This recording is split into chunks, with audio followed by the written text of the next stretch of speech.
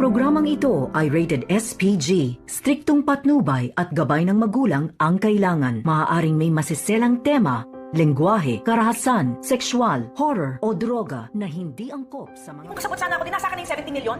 Binayaran mo na si Balahadja dati. Kaya hindi malayo na magkasabwat pa rin kayo. Maligayang pagbabalik muli at welcome back dito sa aking munting channel. Narito na nga ang ating pakabangan ngayong Miyerkules sa abot kamay na pangarap. May nadiskubre nga itong mga pulis na ransom money dito sa sasakyan dito ni Balahadja.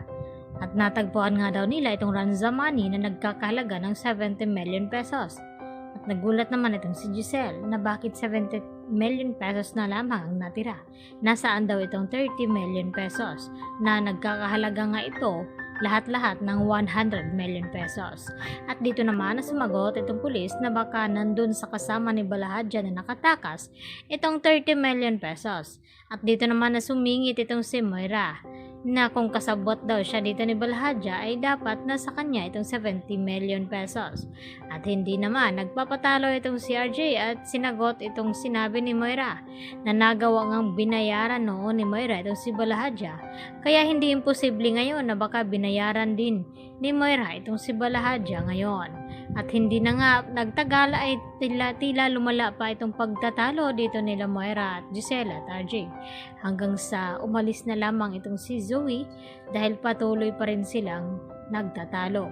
At dito naman na naabutan ni Lynette na nag-iisa itong si Zoe at umiiyak. At dito niya nga tinanong ito na kung bakit. At dito rin na sinabi ni Zoe na magulo na nga daw itong kanyang pamilya ngayon.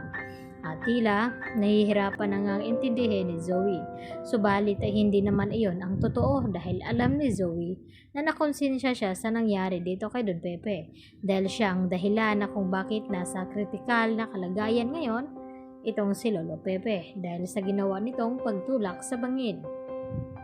Samantala, matagumpay naman ang nagiging operasyon dito ni Annalyn kay Don Pepe at Carlos dahil mas nasunod itong kagustuhan na gagawin dito ni Annalyn dahil yun ang binigyan ng sang-ayon dito ni Giselle na dapat sundin itong si Annalyn dahil alam niya na magaling na doktor itong kanyang pamangkin.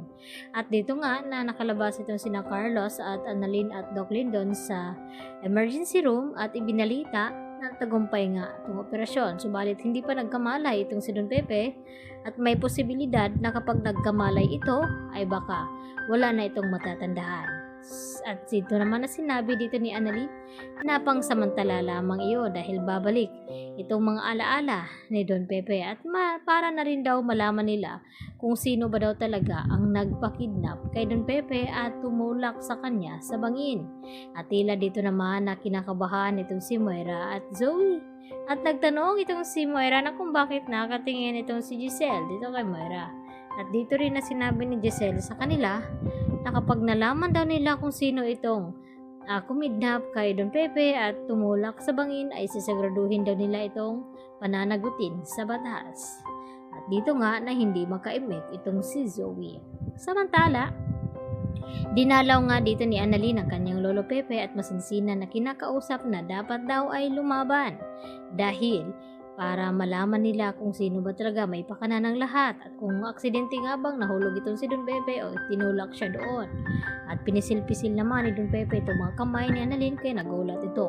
At ang kasunod nito ay itong si Carlos. At dito na binulungan itong si Don Pepe na sana daw ay hindi na lamang nalaman ni Don Pepe itong sekreto ni Carlos. Hindi sana magkaroon ng aberya. Kaya naman, maya-maya ay nagulat itong si Annalyn nang bisitahin niya ulit dahil nagkamali lang itong si Don Pepe. At dito na sinabi na gusto niya magpalipat sa Apex dahil hindi siya ligtas dito sa Eastridge dahil alam niya na tutuluyan siya dito ni Carlos dahil sa nalaman ito ng kanyang sekreto na siya nga ang tunay na ama dito ni Zoe.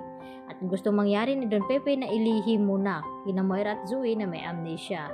Ito at palalabasin na walang matatandaan itong si Don Pepe dahil may plano silang susorpresahin itong si Moira. Kaya yan naman ang ating pakatutukan maya-maya mga kapuso kung ano magiging kahinatnan dito ni Don Pepe. Makakaligtas nga ba ito? Yan po at marami pong salamat sa inyong panonood.